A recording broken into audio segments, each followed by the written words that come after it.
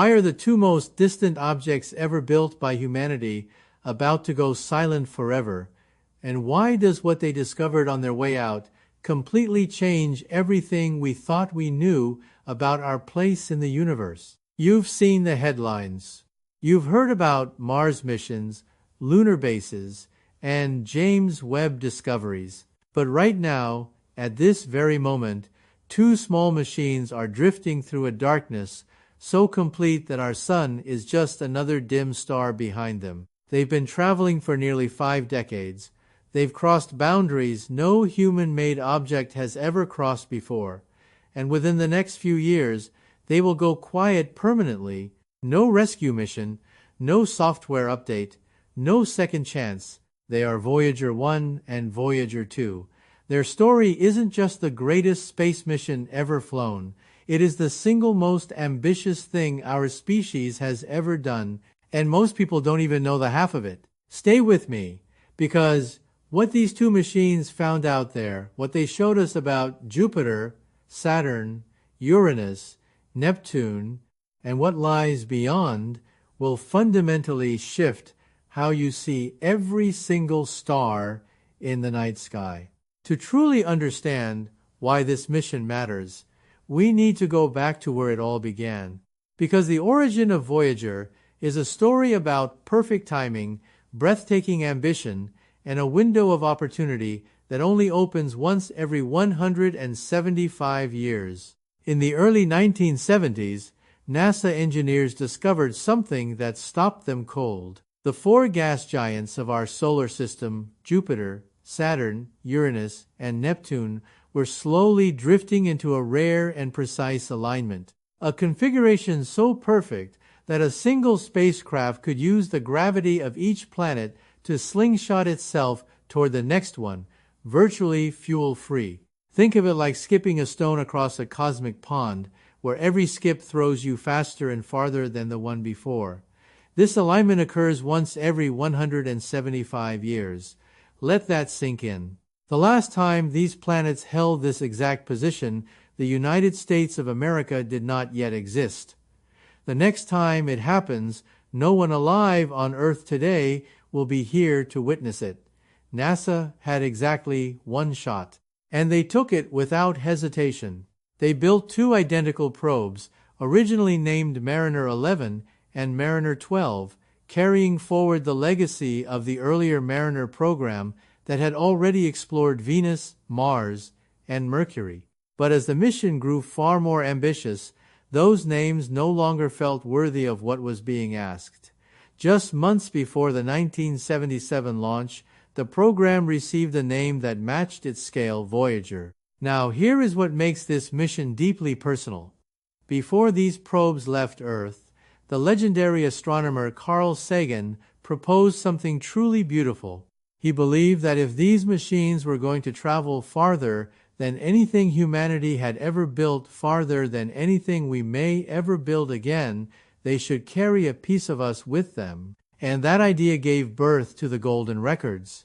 2 copper discs, plated in gold, attached to the side of each spacecraft. Each one held 115 images of life on Earth, the sounds of wind and rain, a human heartbeat, 31 pieces of music drawn from cultures all around the globe, and greetings spoken in 55 different languages. Think about what that means.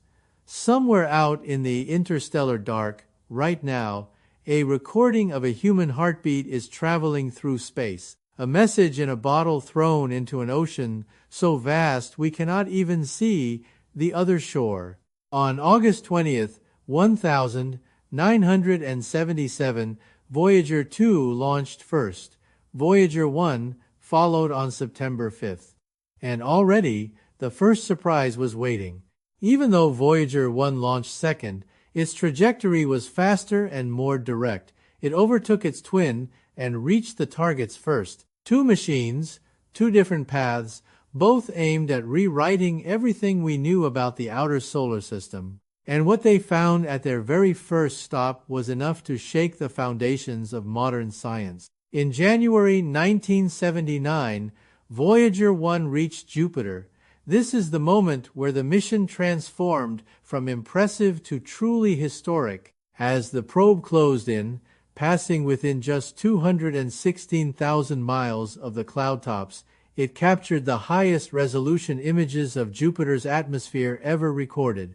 Those colorful bands you've seen in textbooks your entire life, the Great Red Spot, a storm larger than our entire planet that has been raging for centuries. Voyager showed us these were not static, peaceful paintings.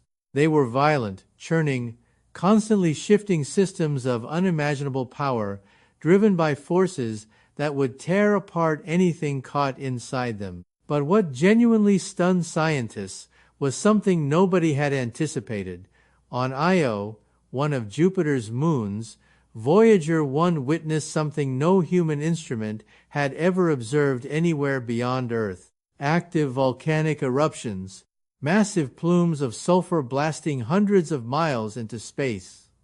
Before that single moment, the scientific assumption was straightforward: moons are dead rocks, cold and geologically silent. Io destroyed that assumption in a single photograph. Everything scientists thought they understood about what moons could be was rewritten in an instant, and Io was just the opening act. When the Voyagers turned their instruments toward Europa, another of Jupiter's moons, the data they returned suggested something that still sends a chill through the scientific community today. Beneath Europa's cracked and fractured icy surface, there appears to be a liquid ocean, a vast body of water on a moon orbiting a gas giant nearly 500 million miles from the Sun. If life exists anywhere else in our solar system, Europa remains one of the most compelling candidates we have ever identified. And we only know it exists because Voyager went there first. Together, the two probes also uncovered Jupiter's faint ring system, which had been completely unknown before their arrival. They identified 3 entirely new moons. They mapped the planet's magnetic fields and radiation belts, giving scientists their first real understanding of the inner machinery powering the largest planet in our cosmic neighborhood. Then, having squeezed every discovery possible from Jupiter, both probes used the giant planet's gravity as a launching pad and hurled themselves towards Saturn. Voyager 1 arrived at Saturn in November 1980, passing within 77,000 miles of its cloud tops. What it encountered was a world of terrifying and breathtaking beauty, storms with winds exceeding 3,000 miles per hour. To put that number in perspective, the most powerful hurricane ever recorded on Earth produced winds of around 190 miles per hour. Saturn's storms are more than 15 times stronger than that. These are winds capable of stripping the surface off an entire continent in minutes. And those rings, those iconic, graceful rings that look so calm and elegant in every photograph, Voyager revealed them to be something far more complex and dynamic. Thousands of individual ringlets filled with gaps, waves, and divisions, all shaped and sculpted by the gravitational pull of Saturn's moons. 3 entirely new moons were discovered during the flyby alone: Atlas, Prometheus, and Pandora, each one acting like a shepherd, guiding and maintaining the structure of the rings around them. But the most consequential decision of the entire mission was about to be made. Scientists faced a choice that could not be undone, and whatever they decided would change the course of space exploration forever. The choice was this: send Voyager 1 onward to Uranus and Neptune, completing the full grand tour of the outer solar system, or redirect it toward Titan, Saturn's largest moon, which earlier data had revealed possessed a thick and complex atmosphere unlike anything ever observed on a moon before. Scientists chose Titan, and that single decision meant Voyager 1 would never visit another planet again. It was a sacrifice, but it was absolutely worth it. During its Titan flyby, Voyager 1 detected hydrocarbons beneath the moon's dense orange haze, complex carbon-based compounds, hinting at chemistry eerily similar to conditions on early Earth billions of years before life first appeared here. That one encounter laid the groundwork for the Cassini-Huygens mission decades later, which would ultimately land a probe directly on Titan's surface.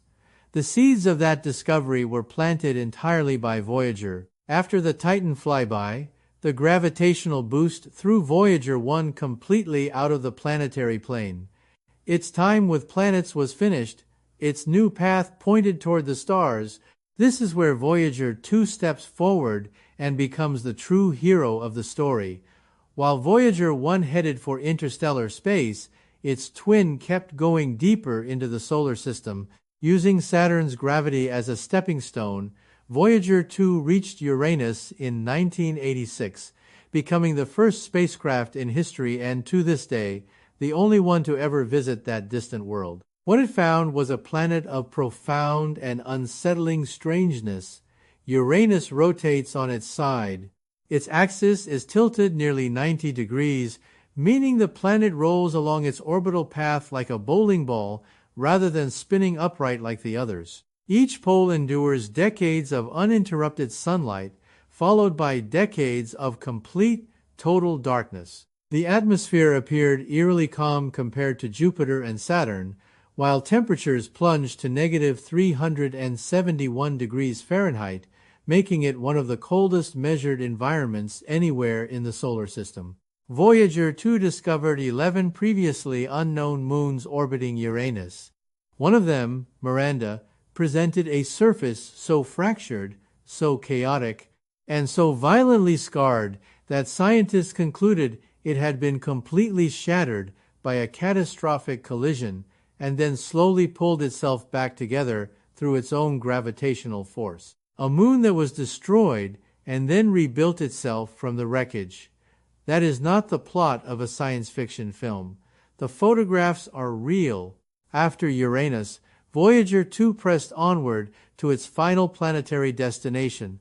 It reached Neptune in 1989, more than 12 years after leaving Earth, and Neptune was the polar opposite of Uranus in every measurable way. Where Uranus was cold and eerily still, Neptune was raw, furious chaos. Winds exceeding 1,200 miles per hour tore across its surface. A massive storm system, called the Great Dark Spot, dominated its atmosphere, rivaling Jupiter's Great Red Spot in sheer ferocity and scale. 6 new moons were discovered at Neptune. The largest of them, Triton, immediately caught scientists off guard. Triton orbits Neptune in reverse, moving in the opposite direction of the planet's own rotation. That retrograde orbit is a clear signature that Triton was never born as part of Neptune's family. It was a wandering body from the outer solar system, captured by Neptune's gravity and locked into a backward orbit for eternity.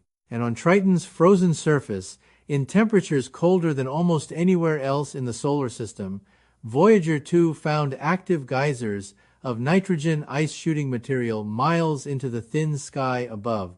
Lifelike geology on a world that had no right to be active at all. Voyager 2 returned over 10,000 images from its Neptune encounter alone, and then, quietly, it said goodbye to the planets forever. After Neptune, both Voyagers entered what NASA officially designated the Voyager Interstellar Mission. Their new purpose was to push beyond the heliosphere, the massive protective bubble of solar wind that envelops our entire planetary system, and study what lies on the other side. Out beyond that boundary exists true interstellar space, the actual void between stars, the deep, cold, ancient darkness that fills most of the universe. But before crossing into that void, there was one final act.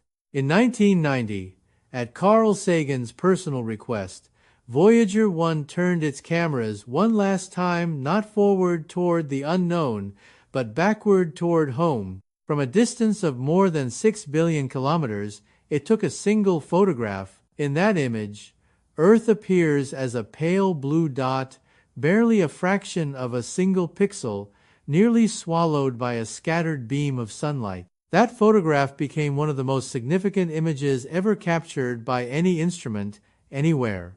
Not because of what it revealed scientifically, but because of what it quietly said about us. Every war ever fought, every empire that rose and crumbled, every love story, every moment of joy or suffering in all of human history, all of it happened on that tiny, fragile, unremarkable speck of light. After that photograph was taken, Voyager 1's cameras were shut off permanently to conserve its dwindling power supply. The machine that had introduced humanity to worlds we had never seen closed its eyes and never opened them again. Voyager 1 crossed the heliopause in 2012 and became the first human-made object in history to enter true interstellar space.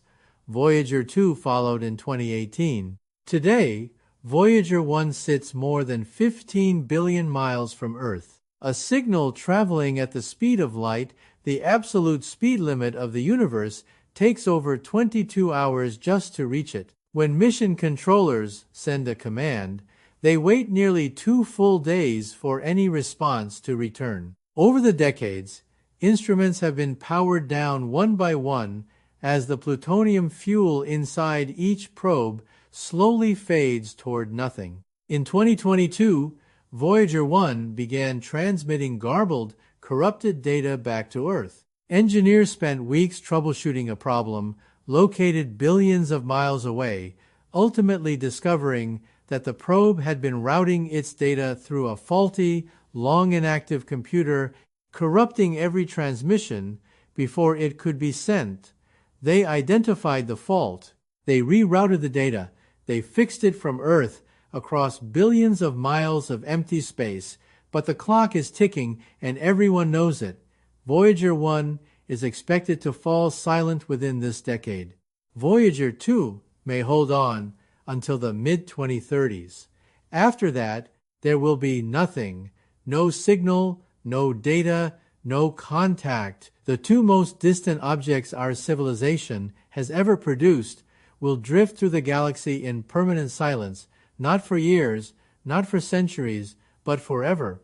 They will still be traveling long after our sun has burned out, long after the Milky Way merges with the Andromeda Galaxy. These two machines, each roughly the size of a compact car, will outlast every monument, every building, and every structure our entire civilization has ever constructed. And here is what most people miss entirely: that is not a tragedy. That is the most extraordinary thing our species has ever done. We evolved on one small rock, orbiting one ordinary star, among hundreds of billions of stars in just one galaxy, among hundreds of billions more. We have existed for roughly 300,000 years, barely a blink in cosmic time. And yet, in that impossibly brief moment, we built two machines, attached golden records filled with our music, our voices, and our images to their sides, and threw them into the dark. Not for profit. Not because success was guaranteed, but because something deep within us needed to reach out, needed to say, we were here, we were curious, we wanted to understand. The same laws of physics that confine us to this small corner of the galaxy, the same forces that make interstellar travel a dream measured in billions of years, those same laws also produced stars capable of nuclear fusion, chemistry complex enough to generate life, and minds powerful enough to conceive and build the Voyager missions. The universe never owed us anything. It gave us consciousness anyway, and we use that consciousness to touch the very edge of forever. The Voyager missions stand as proof that a species capable of tremendous destruction is equally capable of profound and lasting beauty, that we can stare into an indifferent, silent universe and respond not with fear, but with music, mathematics, and a photograph of our pale blue home taken from 6 billion kilometers away. That is not a small thing. That may genuinely be the greatest thing we have ever done. If this story moved you the way it should, share it with someone who needs to hear it. Drop a comment below telling me where in the world you're watching from tonight, because this story deserves to reach every corner of this pale blue dot we call home. And if you want to go even deeper into the stories of space exploration that changed everything we know about our universe, the next video is already waiting for you on your screen right now. Click it. I promise you won't regret it. I'll see you there.